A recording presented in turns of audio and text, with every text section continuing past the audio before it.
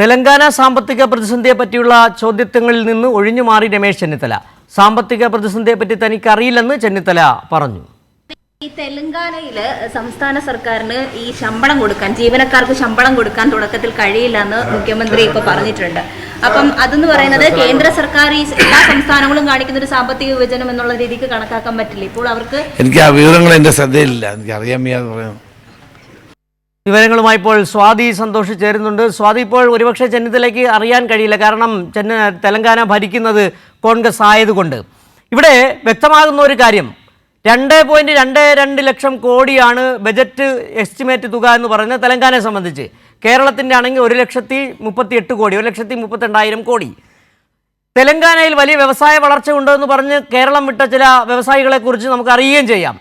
കോൺഗ്രസ് വലിയ തരത്തിലുള്ള പ്രചാരണമാണ് കേരളത്തിനെതിരെ നടത്തുകയും ചെയ്യുന്നത്. കേരളത്തിൽ 1 രൂപ പോലും സർക്കാർ ജീവനക്കാർക്ക് മുടങ്ങിയിട്ടില്ലെന്ന് മാത്രമല്ല, കുടിശ്ശിക അടക്കം കൊടുത്തു തീർക്കുകയും ചെയ്യുന്നു. അതുകൊണ്ട് തന്നെ ആകണം ചെന്നിത്തലയ്ക്ക് തെലങ്കാനയെക്കുറിച്ചൊന്നും പറയാനാകാത്തതും. എന്തായിരുന്നു സ്വാതി ചോദിച്ചത്, ചെന്നിത്തല പറഞ്ഞത്? സിജു, ഈ തെലങ്കാനയിലെ സാമ്പത്തിക പ്രതിസന്ധിയുമായി ബന്ധപ്പെട്ട മുഖ്യമന്ത്രി രേവന്ത് റെഡ്ഡിയുടെ പ്രതികരണം ചൂണ്ടിക്കാണിച്ചുകൊണ്ടായിരുന്നു ചോദ്യം ചോദിച്ചത്. എന്നാൽ ആ വിഷയം സംബന്ധിച്ച്, അതായത് ജീവനക്കാരുടെ ശമ്പളം നൽകുന്നത് ബുദ്ധിമുട്ടാണെന്ന മുഖ്യമന്ത്രി രേവന്ത് റെഡ്ഡിയുടെ പ്രതികരണവുമായി ബന്ധപ്പെട്ട് യാതൊന്നും തനിക്ക് അറിയില്ല എന്ന് ബോധപൂർവം പറഞ്ഞുകൊണ്ട് ഒഴിഞ്ഞു മാറുന്ന ഒരു സ്ഥിതി തന്നെയാണ് രമേശ് ചെന്നിത്തലയുടെ പ്രതികരണത്തിൽ നിന്നും വ്യക്തമായത്. ഈ സംസ്ഥാനത്തിന്റെ സാമ്പത്തിക സ്ഥിതി സംബന്ധിച്ച് പൂർണ്ണ സുതാര്യത ഉറപ്പാക്കണമെന്നും സ്ഥിതിഗതികൾ മനസ്സിലാക്കിക്കൊണ്ട് മുന്നോട്ട് പോകണമെന്നും രേവന്ത് റെഡ്ഡി കഴിഞ്ഞ ദിവസം നടന്നൊരു ഓൺക്ലേവിൽ ജീവനക്കാരോട് ആവശ്യപ്പെടുകയായിരുന്നു. അത്തരത്തിൽ 7 ലക്ഷം കോടിയുടെ കടത്തിലാണ് ഇപ്പോൾ തെലങ്കാന മുന്നോട്ട് പോകുന്നത് എന്നടക്കം ഒരു മുഖ്യമന്ത്രി, അതായത് കോൺഗ്രസ് ഭരിക്കുന്ന ഒരു സംസ്ഥാനത്തെ മുഖ്യമന്ത്രി തുറന്നു പറഞ്ഞിട്ടും ആ വിവരം അറിയില്ല എന്ന ബോധപൂർവമായ ഒരു പ്രതികരണമാണ് രമേശ് ചെന്നിത്തലയുടെ ഭാഗത്ത് നിന്ന് ഉണ്ടായത്. പ്രത്യേകിച്ചും കേരളത്തിനെതിരായ ഒരു സമീപനം എല്ലാ കാലത്തും കോൺഗ്രസ് സ്വീകരിക്കുന്ന സാഹചര്യത്തിൽ കേന്ദ്ര സർക്കാരിന്റെ ഭാഗത്തുനിന്നും കേരളത്തിന് ലഭിക്കാനുള്ളതൊന്നും തന്നെ സാമ്പത്തികമായി കടുത്ത വിവേചനം സംസ്ഥാന സർക്കാർ നേരിടുന്ന സമയത്ത് പോലും കേരളത്തെ കുറ്റപ്പെടുത്തിക്കൊണ്ട് കേരളത്തിനെതിരായ അല്ലെങ്കിൽ സംസ്ഥാന സർക്കാരിനെതിരായ ഒരു ജനവികാരം ശക്തിപ്പെടുത്തുന്നതിന് വേണ്ടിയിട്ടുള്ള എല്ലാ ശ്രമങ്ങളും കോൺഗ്രസിന്റെ, അതായത് രമേശ് ചെന്നിത്തല ഉൾപ്പെടുന്ന കോൺഗ്രസിന്റെ നേതാക്കളുടെ ഭാഗത്തു നിന്ന് ഉണ്ടായിട്ടുണ്ട്. അതേസമയം സംസ്ഥാന സർക്കാർ എല്ലാ ഈ സാമൂഹ്യ പെൻഷൻ അടക്കം അല്ലെങ്കിൽ സംസ്ഥാന സർക്കാർ ജീവനക്കാരുടെ അടക്കം ശമ്പളം നൽകുന്നതിൽ ഒരു വീഴ്ചയും വരുത്താത്ത സാഹചര്യത്തിൽ പോലും കേരളത്തെ കുറ്റപ്പെടുത്തുന്ന ഒരു നിലപാട് എല്ലാ കാലത്തും സ്വീകരിച്ചു പോരുന്നു. അതിനിടയിലാണ് ഈ തെലങ്കാനയോടുള്ള ഒരു സാമ്പത്തിക വിവേചനം അല്ലെങ്കിൽ കേന്ദ്രം മറ്റ് സംസ്ഥാനങ്ങളോട് കാണിക്കുന്ന സാമ്പത്തിക വിവേചനം അടക്കം ചൂണ്ടിക്കാണിക്കുമ്പോൾ പോലും ആ വിഷയത്തെ പറ്റി ഒന്നും അറിയില്ല എന്ന് ബോധപൂർവമായി മാറിക്കൊണ്ടുള്ള ഒരു പ്രതികരണമാണ് രമേശ് ചെന്നിത്തല നടത്തിയെന്ന് കൃത്യമായി പറയുവാൻ വേണ്ടി കഴിയും. സിജു, സ്വാതി ചെന്നിത്തലയോട് ചോദിച്ച രണ്ടാം ഭാഗം, അതായത് കേന്ദ്ര സംസ്ഥാന ബന്ധങ്ങളിലുള്ള പ്രശ്നങ്ങൾ, അത് ചൂണ്ടിക്കാണിക്കുന്നതല്ലേ, അത് വ്യക്തമാക്കുന്നതല്ലേ ഈ തെലങ്കാനയ്ക്ക് പറ്റിയ ഈ വലിയ ചതി അല്ല പ്രതിസന്ധി എന്ന കാര്യത്തിൽ ചോദിക്കുകയും ചെയ്തു.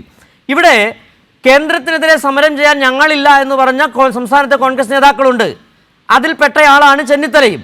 അവിടെ തെലങ്കാനയും സമാനമായൊരു സാഹചര്യമാണ് നേരിടുന്നത്. എവിടെയൊക്കെ BJP വിരുദ്ധ സർക്കാരുകൾ ഭരിക്കുന്നുണ്ട് അവിടെയൊക്കെ പ്രതിസന്ധിയിലാക്കുന്ന നിലപാടാണ് മോദി സർക്കാർ സ്വീകരിക്കുന്നത്. കേരളം നേരിടുന്നതിന് സമാനമായൊരവസ്ഥ തെലങ്കാനയ്ക്കുണ്ട്, കർണാടകയ്ക്കുമുണ്ട്.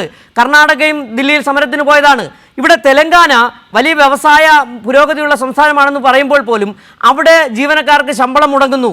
ഇവിടെ വലിയ വിഭവ പരിമിതിയുള്ള സംസ്ഥാനമാണ് കേരളം, 1 രൂപ പോലും മുടങ്ങുന്നില്ല. അവിടെയാണ് ഈ ചെന്നിത്തല ഉൾപ്പെടെയുള്ള കോൺഗ്രസ് നേതാക്കളുടെ ഇരട്ടത്താപ്പ് ഒരിക്കൽ കൂടി എടുത്ത് പറയേണ്ടി വരുന്നത്. സ്വാതി, അല്ലേ?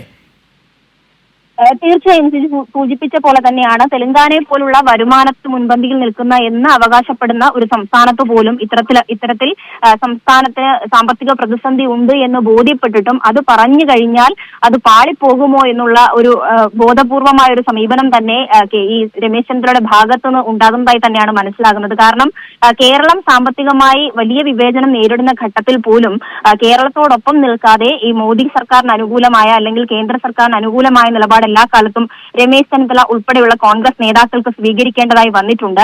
ആ ഒരു സാഹചര്യത്തിൽ പോലും ഞാൻ രണ്ടാമത് ചോദ്യം ചോദിക്കുന്നതും അത് തന്നെയാണ്. സംസ്ഥാന കേന്ദ്ര സാമ്പത്തികമായിട്ടുള്ള വലിയ വിവേചനമല്ല ഇതിൽ നിന്നും മനസ്സിലാക്കുന്നത് എന്ന് ചോദിക്കുമ്പോൾ പോലും അതിന് തനിക്ക് കൃത്യമായ മറുപടി ഇല്ല എന്ന് പറഞ്ഞുകൊണ്ട് ഒഴിയുന്ന സമീപനമാണ് രമേശ് ചെന്നിത്തല സ്വീകരിച്ചിട്ടുള്ളത്. എന്തായാലും ഈ സംസ്ഥാന സർക്കാരുകളോട് അല്ലെങ്കിൽ പ്രതിപക്ഷ പാർട്ടികൾ ഭരിക്കുന്ന സംസ്ഥാന സർക്കാരുകളോട് കേന്ദ്രം കാണിക്കുന്ന സാമ്പത്തിക വിവേചനം, പ്രത്യേകിച്ചും കോൺഗ്രസ് ഭരിക്കുന്ന ഒരു സംസ്ഥാനത്തോട് പോലും ഈ വിവേചനം കാണിക്കുന്നുണ്ട് എന്ന് നട്ടലോടെ പറയാൻ കഴിയുന്നില്ല എന്നുള്ളത് തന്നെയാണ് ഈ രമേശ് ചെന്നിത്തലയുടെ ഈ പ്രതികരണത്തിൽ നിന്നും വ്യക്തമാകുന്നത്. സിജു, ശരി, സ്വാതി സന്തോഷാണ് ദില്ലിയിൽ നിന്നുള്ള വിവരങ്ങൾ നൽകിയത്.